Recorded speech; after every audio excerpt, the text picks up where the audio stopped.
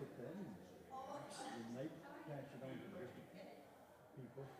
And when they say, no, I'm just getting it.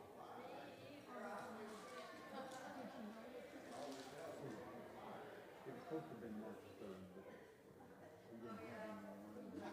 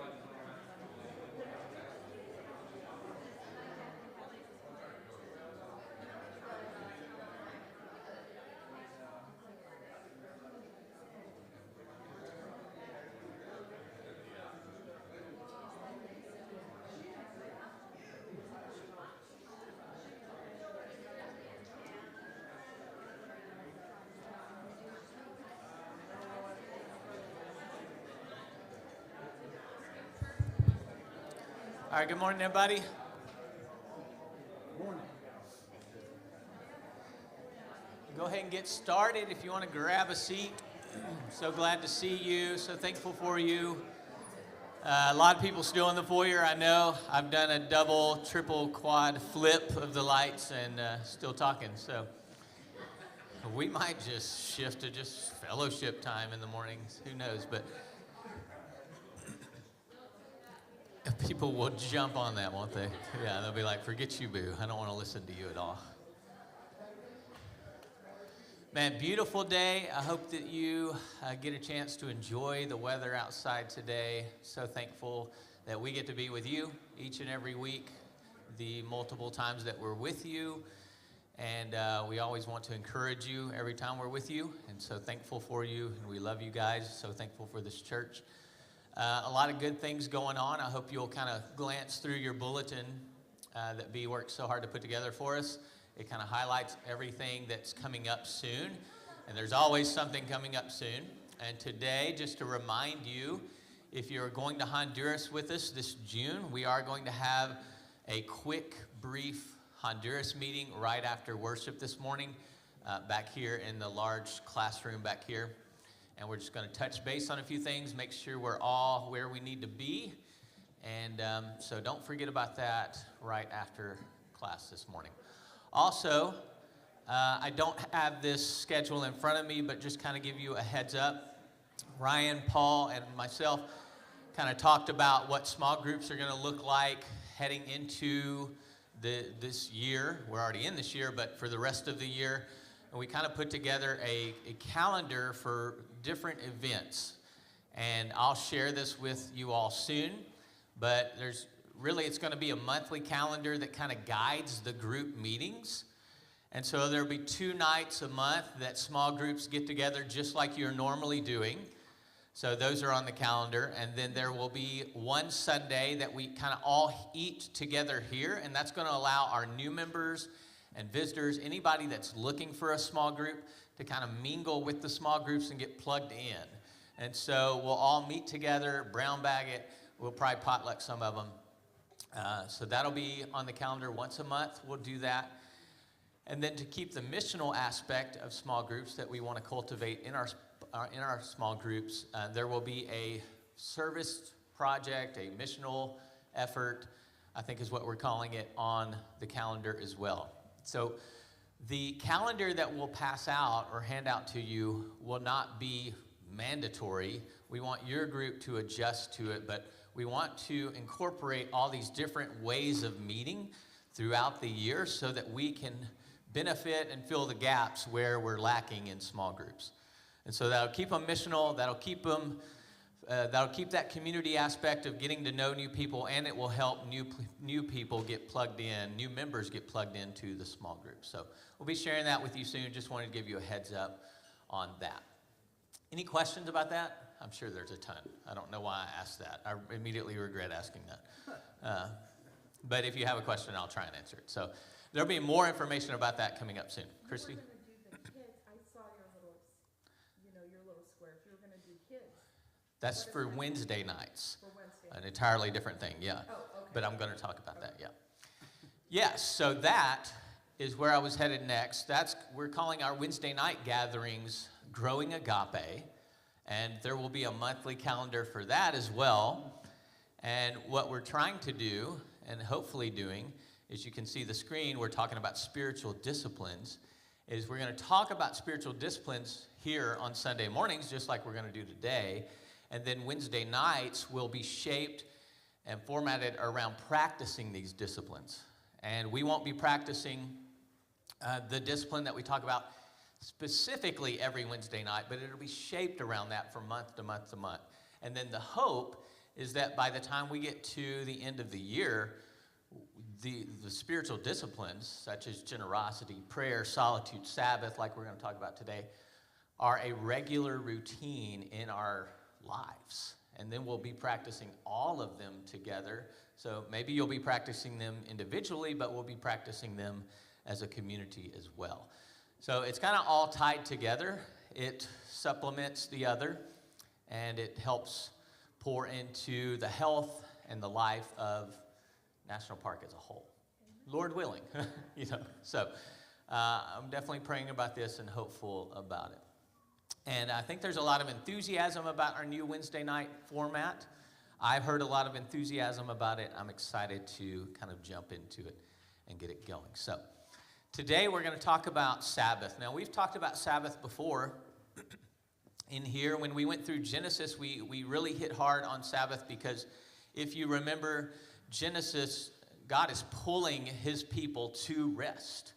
And this letter is written to the Israelites who have just come out of slavery, whose whole lives have been formed around what you can produce. There's no rest for the Israelites. 400 years of slavery, and then they receive this beautiful poem that is about creation that is pulling them to Sabbath. And we talked about the chiasm of where it meets right in the middle in the structure of the text, and it lands on Sabbath. So when you read Genesis and you read the creation narrative in the beginning of the Bible, if I can get this to work,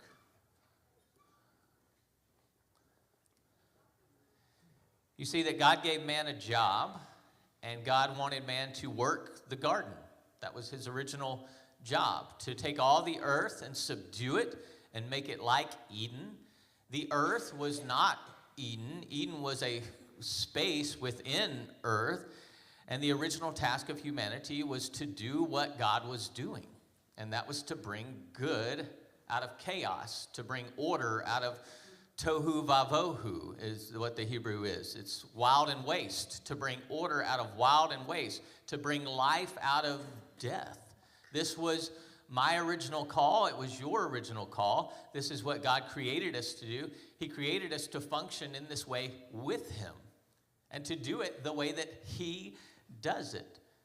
And so we were to make all the earth like Eden, to bring good out of chaos, to bring life out of death. And once all these principles start to line up, you kind of see what you were created for. Once you read through Genesis, you see kind of the big picture of what lies deep within you even today. And you can begin to adequately see your role and better understand the stories throughout the rest of Scripture, throughout the Old Testament, throughout the New Testament, are pulling you back to these rhythms that God originally created you in. And so today, I want us to kind of hit on a key concept that was very important within the creation narrative and very important to God's people throughout history. So it should be important to our life. It should be an important aspect of our routines and our rhythms as apprentices of Jesus, as disciples of his, because, as we'll talk about, he lived in this rhythm. And he called people to imitate him. He called his disciples to live in this rhythm. So on Friday mornings, we are our men's book club. We're going through this book. It's called Practicing the Way by John Mark Comer. And really what Comer is getting at, the end game here, is to be with Jesus, to be like Jesus, and to do the things that Jesus did if Jesus were living today. And if Jesus was here today, what would he be doing? And so this is the idea, to practice the spiritual disciplines, to have he calls it the rule of life, which is what they call it in the New Testament. What does your rule of life look like? In what ways are you disciplining yourself so that you can look and act and do the things that Jesus did? So he has a section at the end of the book over the Sabbath. I want to just read this to you and let it wash over you. The spiritual journey begins with rest. You see this on the first page of the Bible, where the day begins at sundown with sleep, and the week begins on Sabbath with rest. When I offer spiritual direction to people, I often begin by prescribing sleep, margin, time off work, rest. Because chronically exhausted, sleep-deprived, over-busy people are not loving, peaceful, and full of joy. Rest is essential to apprenticeship under Jesus. Tiredness is an unavoidable feature of life this side of eternity, but so many of us operate at a dangerous level of tired, so much that we can't sense God's presence or hear his voice. Sabbath is an entire day of your week, or 1/7 of your life, set aside to not only stop and rest, but also delight in and worship the God who made you to be with himself. It's a day to cultivate joy in a world of sadness. As Nan Fink said in her memoir, Stranger in the Midst, he said, Shabbat is like nothing else. Time as we know it does not exist during these 24 hours, and the worries of the week soon fall away. A feeling of joy appears. The smallest object, a leaf or a spoon, shimmers in soft light, and the heart opens. Shabbat is a meditation of unbelievable beauty. He says, in ugly times, we need the Sabbath to keep our hearts alive to the beauty of God and life with him in this world. And I agree with him. I think that Sabbath is essential to our lives as disciples of Christ. Yep. And I know that, we can debate whether it's still commanded or not, whether we have to follow that commandment or not. But that's not a part of this discussion. A part where I want us to focus on is it beneficial for your life? Mm-hmm. Absolutely. Yep. Absolutely. So in the beginning, God creates the heavens and the earth, and it takes him about a chapter to do it. That's a joke.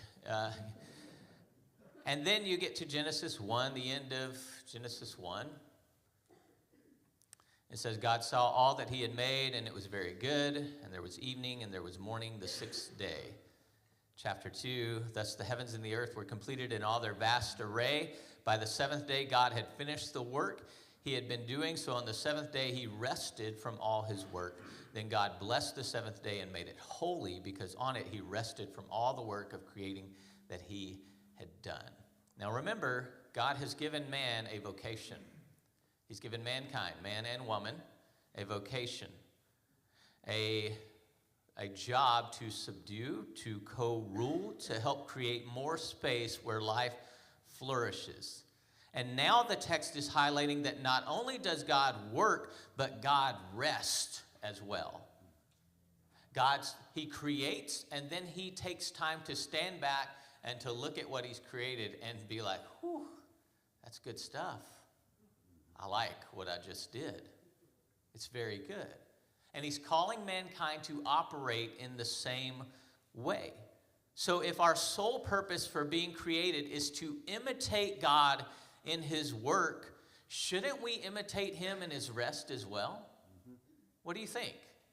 Why do you think rest is so important to God?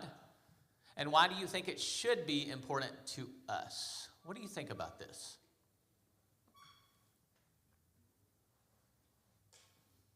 Christy, you want to say something so hard, I can tell it. I just know that when I was going through a hard time in my life and we really dug into the Bible and started studying it, that the idea of sitting a Sabbath was foreign. It was not something that I had ever, considered, and really dug into it, and we started doing it, and it changed my life. It changed my life. It will, and there's so many things that you have to unlearn, and there's tendencies that you have to overcome in order to practice Sabbath, but you start slowly, you start where you're at, and it becomes a rhythm within your life. Okay. One thing I wanted to mention about that is, as we did it, we adjusted kind of what we allowed ourselves to do. Like we didn't eat hot food, and we made sure our meals were ready, and but that adjusts as you go. Right. Yeah. Absolutely. Other thoughts on this? Why do you think God thinks it's important to rest, and why is it important for you to rest? Ben? I think it gives you time to reflect on the work from the week before, and for me to clear out the clutter of my mind and draw myself near to God and focus on the week ahead. Right, so that's a pause. So not just to pause and look at your work, that's a great thing, and that's what God does, but to also pause and look at God. And to remember, this is who I'm working for. This is what my vocation came from him, regardless of the profession that you're in, or even if you're a stay-at-home mom, that's a profession all in and of itself. Regardless of what you're doing, how are you shaping that to play into your original call? What does that look like? How are you bringing heaven to earth? How are you bringing Eden to earth? How are you co-ruling, subduing, bringing life out of death? And reflecting on your week, being present with God and talking to him about how you can do it better the next week, how he will be with you the next week, and thanking him and pausing and realizing he is the sustainer of you. He gives you your daily bread. All good and perfect things come from him. Rest, we're often bothered by this idea of Sabbath. One, because it's just not talked about very much within 21st century churches. Definitely more so in the past few years than before, I believe. But we think of Sabbath as I can't do anything, or I have to just lay in bed. We think of all the stories of the Israelites and them having all these restrictions. Don't think that way, okay? Don't think that way. Rest is when you pack up your bag and you go to grandma's house and you throw your bag on the spare bed upstairs. It's just that moment of, you know that feeling of, I'm about to chill, and Mimi's going to cook everything for me. And, it's just this feeling of relaxation. I'm in the presence of people that I love. It's that moment when you get to your family's house on Thanksgiving. If you have a healthy environment there, a lot of us don't, but if you have a healthy environment of celebration time, relaxation time. It's a moment where you can pause and be fully present with family, fully present with Yahweh. This moment of Sabbath. And you can recall the year, you can recall the day. Why is this important for God? Why is it important for you, Amanda? I was thinking about like our season of life. I know everybody's not in the same season of life, but like kids in sports and activities and things. And when we were growing up, like we played, my brother and I played all the sports, did all the things, but it was all during like weeknights. And I don't know if it was like that for anyone else, but we had a true weekend. And so Saturdays, like we always did our Bible lesson that we had to turn into class Sunday. And Saturday night, like it was a time of like we sat and we prayed together, or my dad would like read some science article and then read something from the Bible. It was very like focused time. And now though, it's like Saturdays are the days that everything happens. Yeah. And then we get to Sunday, and I mean, I rolled in this morning like exhausted, you know. And I mean, I just think sometimes I think you mentioned it's talked about more in recent years. I think it's because there's not that like I don't think we ever get like a true weekend, and so you have to be more intentional. But then I think about Jesus, and he had to be intentional with his rest and with his time with God. And it wasn't just like, oh, I need to go sleep. It was like you said, it was intentional. It was spending time in prayer, spending time with his closest friends, and celebrating, you know, the work that had been done, or just spending time in prayer with God and kind of refueling. And I was just sitting here thinking about how it's really hard to find a time to truly rest, but Jesus had to make that time. It wasn't just easy for him to like. Right. I don't think he had like a true like. That's why it's a spiritual discipline, because you have to discipline yourself just like you do with any other thing. You have to be intentional about it. It was like a command. Like Shabbat was not Right. something that they, you know, but I mean, they still had to follow that. You know? Right. So I believe that God calls us to this because he created us. He knows us better than we know ourselves, whether we believe that or not. And he knows that the ideal human, the ideal Adam, the ideal Ish and Isha flourish and thrive when you live in rhythm. You were created with rhythms of rest in your life. And when you don't live in that rhythm, you end up exhausted, irritable, sick. You can't do the work that he's called you to because you're not living within the rhythm that is in the very fiber of your being. You're fighting against it. And Amanda's right. We think of like Saturday as maybe a day of rest for us. At least as a preacher, Sunday is really hard to view as a day of rest, but maybe it's Sunday for you. And yet our day of rest, we cram all of our extracurricular activities into that, and then we're exhausted. And what's interesting is that the Ten Commandments, when you get to those, they begin with grace, with God saying, I brought you out of darkness into light. I brought you out of slavery. Remember, he's writing to this people that have been for hundreds of years, for centuries, been just producing 24/7. And he's reminding these people of his grace. And then part of the way through it, in Exodus chapter 20, he says this. Somebody read that for us. Look at how he starts. Remember the Sabbath day to keep it holy. 6 days you shall labor and do all your work. But the seventh day is the Sabbath to the Lord your God. On it you shall not do any work. You or your son or your daughter, your male servant or your female servant, or your livestock, or the sojourner who is within your gates. For in 6 days the Lord made heaven and earth, the sea, and all that is in them, and rested on the seventh day. Therefore, the Lord God blessed the Sabbath day and made it holy. So the Lord blessed it and made it holy. Holy means he set it apart. He's very intentional about it. It's a day that he set apart. What would it look like for you to set a day apart from the rest of your week? This 6-in-1 rhythm, 6-in-1, it's rooted in the way that God created the world. It's rooted in the way that God functions himself. This isn't some random, arbitrary teaching that God hands down because he wants you to be miserable and have rules to follow and commands. No. The Sabbath was not created for God. It was created for man. The reason is because it's somehow integral to how God made the world. God made the world in 6 days and then rested 6. 1, 6, 1, this rhythm. When you're out of rhythm, you don't function fully. I think an analogy I used before is you hear a kid on a drum set when they first get their drum set, right? And what are they doing? Are they playing music?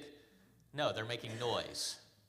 When rhythm enters their playing, now they're creating life out of chaos. Now they're creating art. Now they're creating music. Is your life just noise, or is your life music? Are you just go, go, go, go, go, go, go? And I love a good heavy metal song. I mean, as much as anybody in this room, but like, you got to have rhythm. You live in the very fiber of how you were created. And if you've built this into your life, you're amening in your head. You're like, boo, yes, I feel this, I know this. If you have not built this into your life, it's hard for us to grasp. And I get that. You even fight against it. You're like, boo, I don't have time to do that. A day? Are you kidding me? Do you know how busy I am? Do you know how much I have to get done, boo? You want me to commit to set apart an entire day to just being with God, resting, being fully present with my family, like doing things I actually enjoy, thinking and reflecting on my week, not having to accomplish anything? Are you kidding me? Do you think Jesus was busy?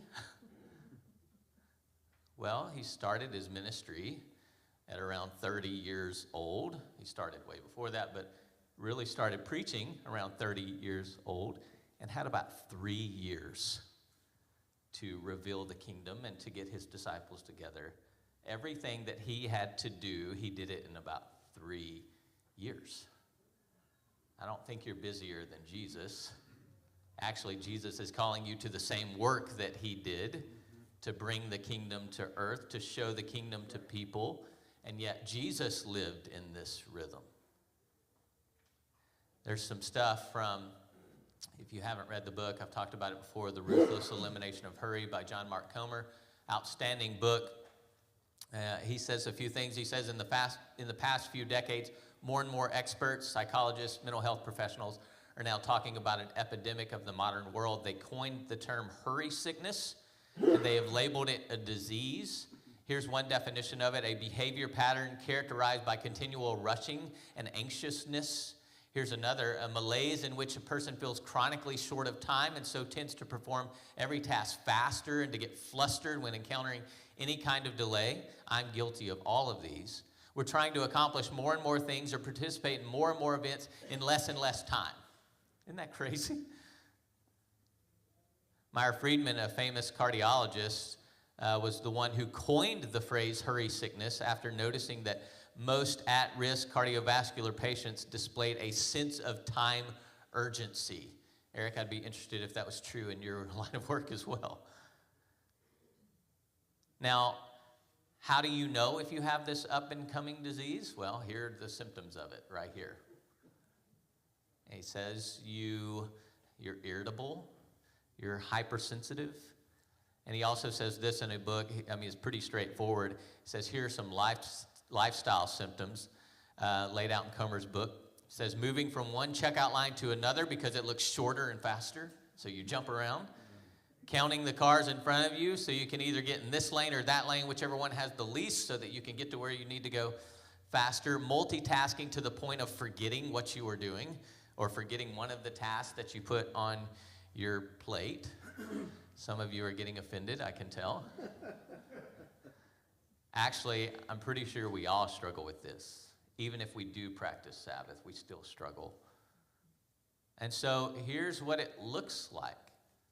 You see, a disquiet life is a threat not only to our physical and emotional health, but to absolutely our spiritual lives as well. And your spiritual life, believe it or not, affects your physical life. Because this is how you were created.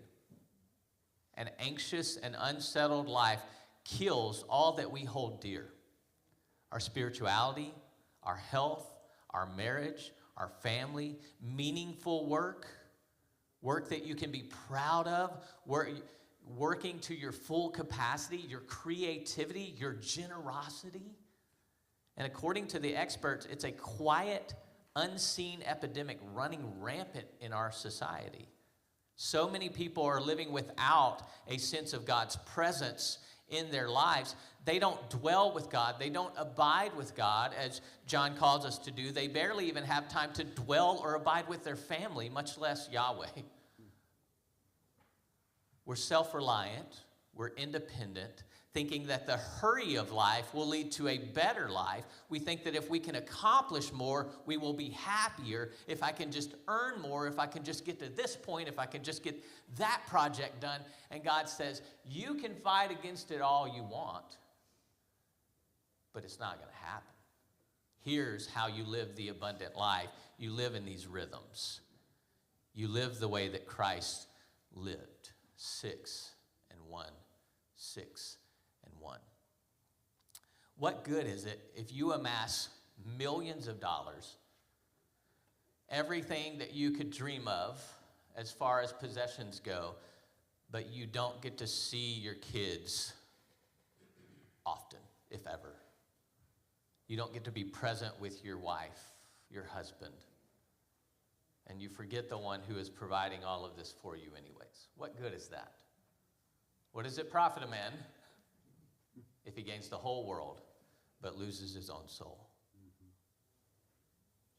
God is inviting you into a rhythm so that you can live the most joyful, triumphant, abundant life that you could ever imagine.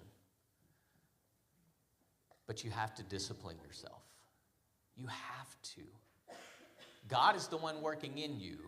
It's his power. It's his ability, but he is calling you to submit to his way of life. He's calling you to trust the story, to trust him. Because what you give your attention to is the person you become. Amen. What you pour your mind into and what you give your attention to shapes who you are as a person. Have you not found this to be true? Absolutely. You are what you think you are. I don't know who said that, but it's a quote from somewhere. You are what you think you are. And so if you spend time with Yahweh, you're going to look more like Yahweh. If you spend time with your family's going to be stronger. If you pause and reflect on your work throughout the week and think about how you can improve and do better, your work is going to be more powerful and more successful.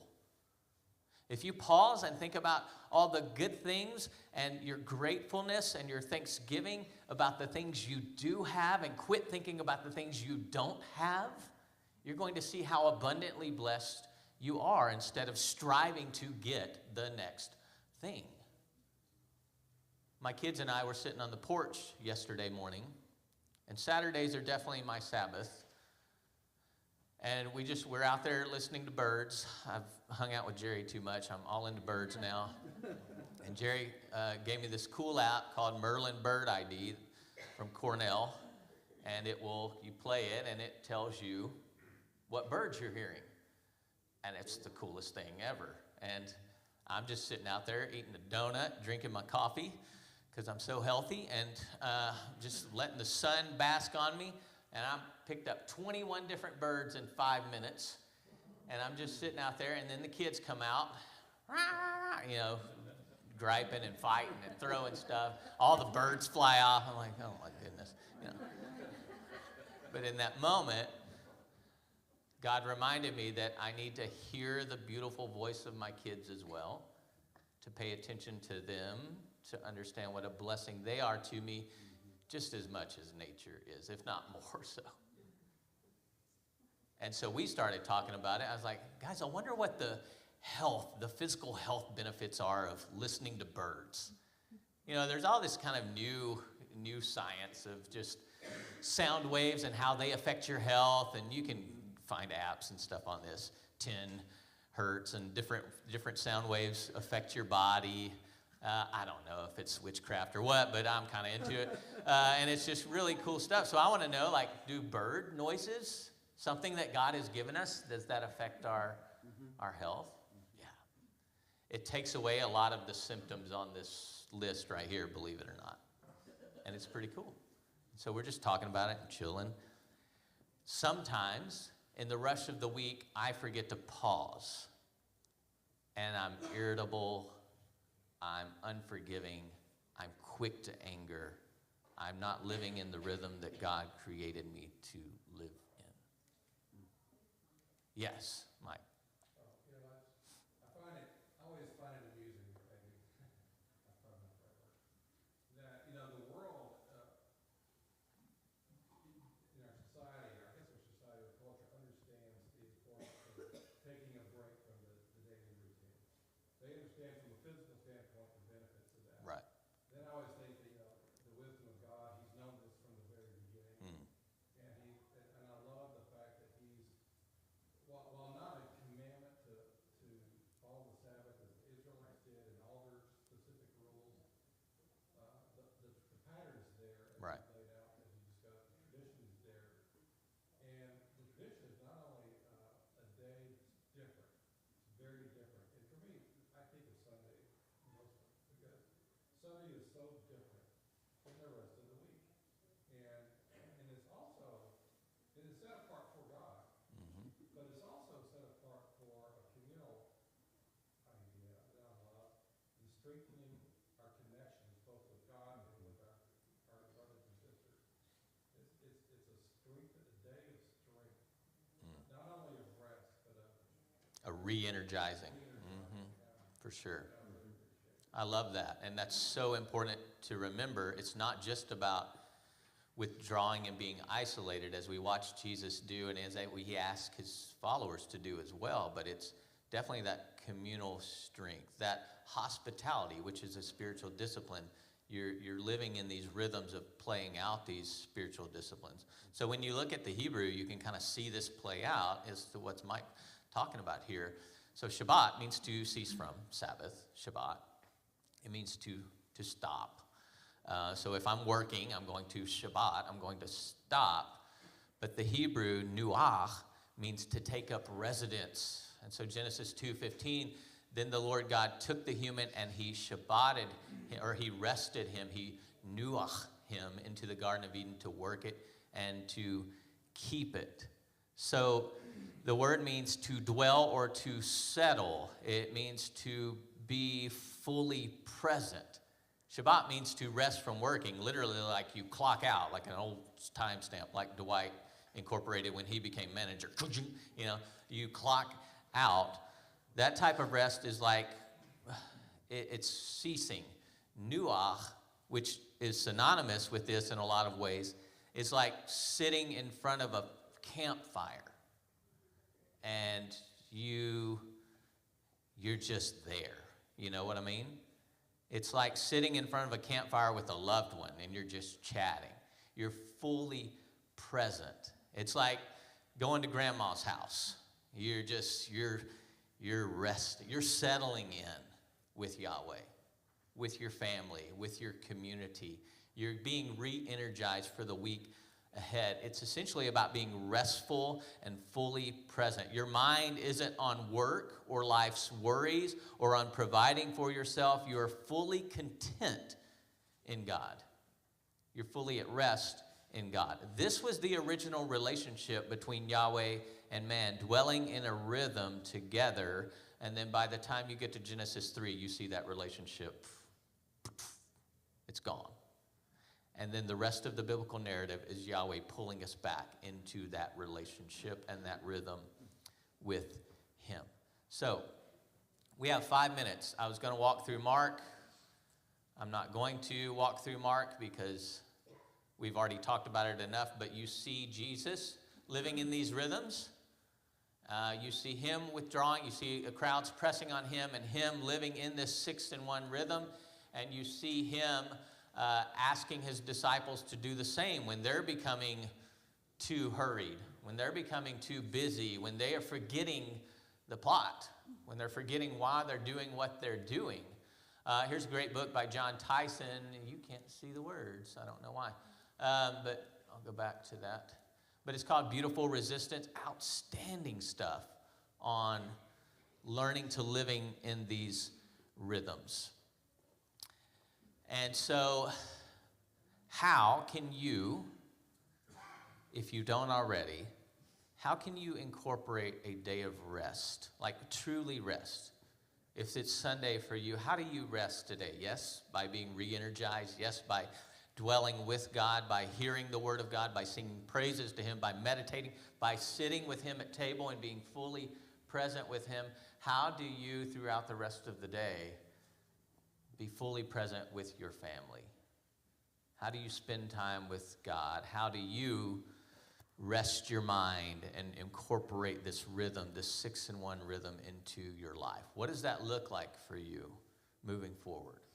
So what my challenge is to us as a group is, in March, if you're not doing this intentionally, if you're not disciplining yourself, we're going to charge you with that task. To every week, start where you're at and work at creating a Sabbath. And we'll continue to push this and continue to push this. And we will push this on you individually, but we will also do this communally as a body, because that's the rhythm and that's the pattern that we see in the Bible. Thoughts on this? Helpful tense. Yeah, Keith. I'm old enough to remember when the blue law was repealed, and my dad was so upset that everything was going to be open on Sunday. Yeah. And I really didn't get it. Hey, this is great. I mean, Yeah. you go do whatever. It gave him an excuse not to be out and about. Yeah. But the point was, that everybody is, that sixth day, everybody's running on empty, and his words were, everybody needs that rest, and it really came together as I got older. But those are the things, a lot was taken away maybe from some people that really weren't raised that way, and it really annihilated them that, hey, we just go 7 days a week, kind of like the Israelites did with the Egyptians, and no rest at all. And so I often think of that, but I think we all don't do enough rest on Sunday as we should. Absolutely. I'm not familiar with that law, but I believe you for sure. Chick-fil-A still living in that rhythm, aren't they? Yeah. There we go. Jerry? We don't have to wait for scientific information to establish the fact that watching birds is calming.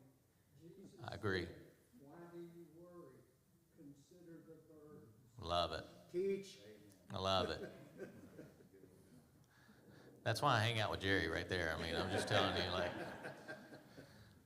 Amanda.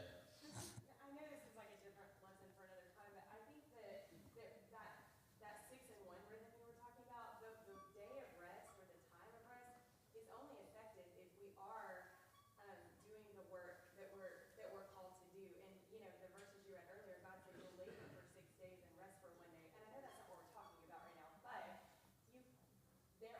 think there are people in this life that are in a different season of life who are not maybe working for one reason or another, and there is work to be done in the kingdom. I love that Jesus didn't have, like, in his ministry years, he didn't have like a typical job, but he was always pouring into people. He was always doing the work of his Father, and he still took that time to rest. And that time is so much more valuable, our time with God, and our community, our brothers and sisters, when we are doing the work that we're called to do. And I think Absolutely. I think that rhythm, if we were to rest 7 days a week, or we were just to play all the time, it wouldn't be meaningful. Right.